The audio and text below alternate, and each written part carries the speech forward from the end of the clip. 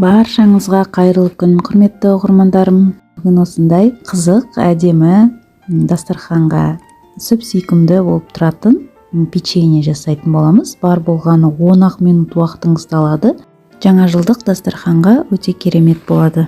Менімен бірге жасап көріңіздер. Ең алдымен менің каналыма тіркеліп, қоңыраушаны басып отырыңыз. Видеоны соңына дейін көруіңізді сұраймын. Ең бірінші кез келген печеньені аламыз, оны блендерге жақсылап езіп аламыз, ұнтақтап аламыз. Мөлшерінің барлығын описание бөліміне қалдырып кетемін. Міне осындай ұнтақ шықты бізде. Печеньемізді ұнтақтап болдық.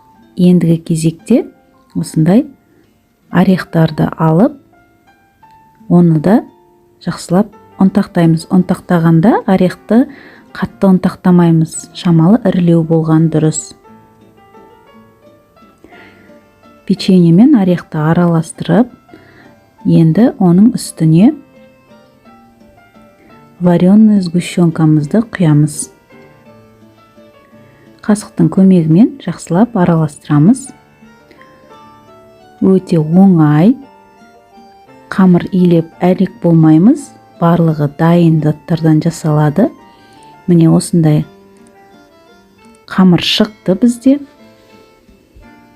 Енді осыны қолымыздың көмегімен үш бұрышты деп те айтуға келмейді. Елканың пішінін жасайтын боламыз.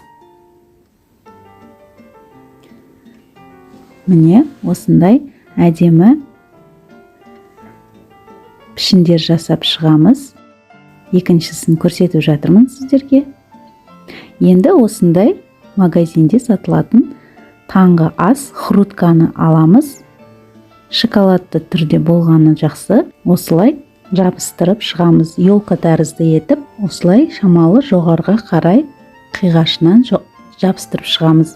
Осы кезде балаларыңызды көмекке шақырсаңыздар болады. Балаларға қатты ұнайды.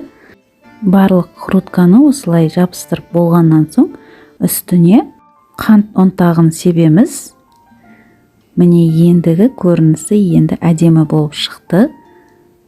Тура елка шырша болып шықты. Печенье шыршамыз дайын. Қант ұнтағын сепкен кезде шыршамыздың үстінде қар жатқандай көрініс беріп тұр. Тура осылай жасап көріңіздер, өте оңай.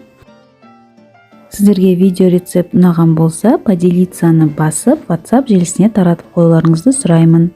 Сіздермен бірге болған Гүлнұр Темировна.